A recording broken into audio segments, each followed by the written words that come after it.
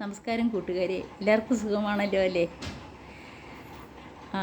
എഴുത്തച്ഛൻ തൻ്റെ മകളായ സരസ്വതിക്ക് നൽകിയ ഒരു കീർത്തനം ഇതാണ്, നമ്മുടെ ഹരിനാമ കീർത്തനം.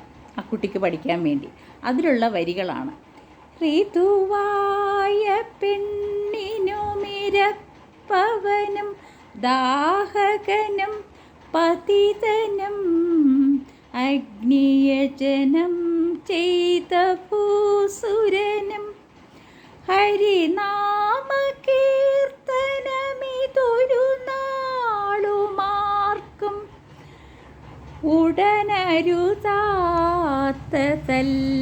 ഹരി നാരായണായ നമ. ഹിന്ദു സമുദായത്തിനിടയ്ക്കുള്ള ഒരു പ്രശ്നമാണ് ആവശ്യമില്ലാത്ത ശുദ്ധവൃത്തികൾ, ആവശ്യമില്ലാത്ത റെസ്ട്രിക്ഷൻസ് ഒന്നും. പക്ഷേ പരമാത്മാവായ ഭഗവാനെ വിളിക്കാൻ ഇതൊന്നും ഒരു കാരണമല്ല. ഏത് രീതിയിലിരിക്കുമ്പോഴും ഏത് അശുദ്ധാവസ്ഥയിലാണെങ്കിലും നമ്മുടെ ഉള്ളിലിരിക്കുന്ന ഭഗവാൻ, നമ്മൾ എന്ത് അശുദ്ധി ചെയ്താലും ശുദ്ധി ചെയ്താലും ഉള്ളിൽ ഭഗവാനുണ്ട്.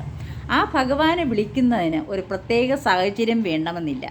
ആർക്കും വിളിക്കാം. ദരിദ്രനും വിളിക്കാം, ധനികനും വിളിക്കാം, കള്ളനും വിളിക്കാം, സത്യമുള്ളവനും വിളിക്കാം, ആർക്കും വിളിക്കാം. അതുപോലെ തന്നെ മെൻസസായ ലേഡീസിന് ഇതൊന്നും പാടില്ല എന്ന് പറയുന്നു. അങ്ങനെ ഒന്നുമില്ല. എല്ലാ കീർത്തനങ്ങളും, മന്ത്രങ്ങളൊഴിച്ച് എല്ലാ കീർത്തനങ്ങളും മെൻസസായിരിക്കുന്ന സ്ത്രീകൾക്കും പ്രാർത്ഥിക്കാവുന്നതാണ്. മന്ത്രങ്ങളൊഴിച്ച് എല്ലാം അവർക്കും പ്രാർത്ഥിക്കാവുന്നതാണ്. ഇതിനൊന്നും തന്നെ യാതൊരു റെസ്ട്രിക്ഷൻസും നമ്മുടെ ഹിന്ദു മതത്തിലില്ല, അല്ലേ? തൂണിലും തുരുമ്പിലും കല്ലിലും മുള്ളിലും നമ്മൾ ഈശ്വരനെ കാണുന്നു. ഓരോ സൃഷ്ടിയിലും നമ്മൾ ഈശ്വരനെ കാണുന്നു. പുല്ലിലും മരത്തിലും നമ്മൾ ഈശ്വരനെ കാണുന്നു.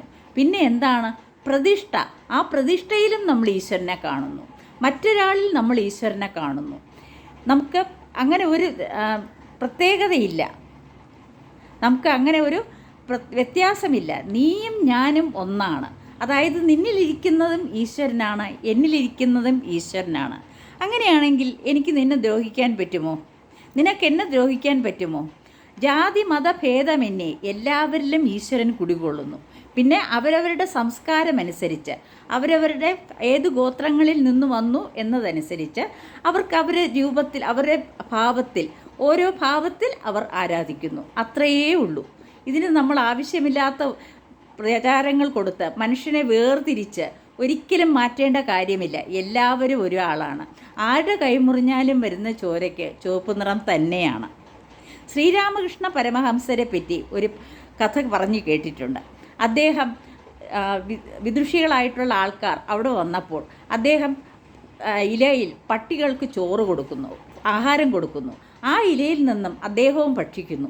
ഇത് കേട്ട് ഈ ബ്രാഹ്മണന്മാർ ഇത് കണ്ട് ആകെ അറച്ചു നിന്നു. എന്താ നിങ്ങൾ ഈ കാണിക്കുന്നത്? പട്ടികളും നിങ്ങളും ഒരേ സ്ഥലത്ത് നിന്ന് ആഹാരം കഴിക്കുന്നു. അപ്പോൾ അദ്ദേഹം ചോദിച്ച ഒരു ചോദ്യമുണ്ട്: അല്ലയോ നാരായണ, ഈ നാരായണന്മാർ കഴിക്കുന്ന ഈ വസ്തുവിൽ നിന്നും ഞാനാകുന്ന നാരായണൻ ഭക്ഷണം കഴിക്കുന്നു, പങ്കിട്ട് കഴിക്കുന്നു. അതെ, പട്ടികളിലും മനുഷ്യരിലും പണ്ഡിതനിലും എല്ലാം ഇരിക്കുന്നത് നാരായണനാണ്. നാരായണൻ എന്ന് വെച്ചിട്ട് അതിന് ഹിന്ദുമത ദൈവം മാത്രമായിട്ട് കരുതരുത്. ദൈവമാണ് നമ്മുടെ ഉള്ളിലിരിക്കുന്നത്. അപ്പോൾ എല്ലാ മൃഗങ്ങളിലും എല്ലാ ജീവികളിലും നമ്മൾ ദൈവ ചൈതന്യം കാണുന്നു. അതാണ് ഹിന്ദുമതത്തിൻ്റെ, സനാതനധർമ്മത്തിൻ്റെ ഒരു ആശയമെന്ന് പറയുന്നത്.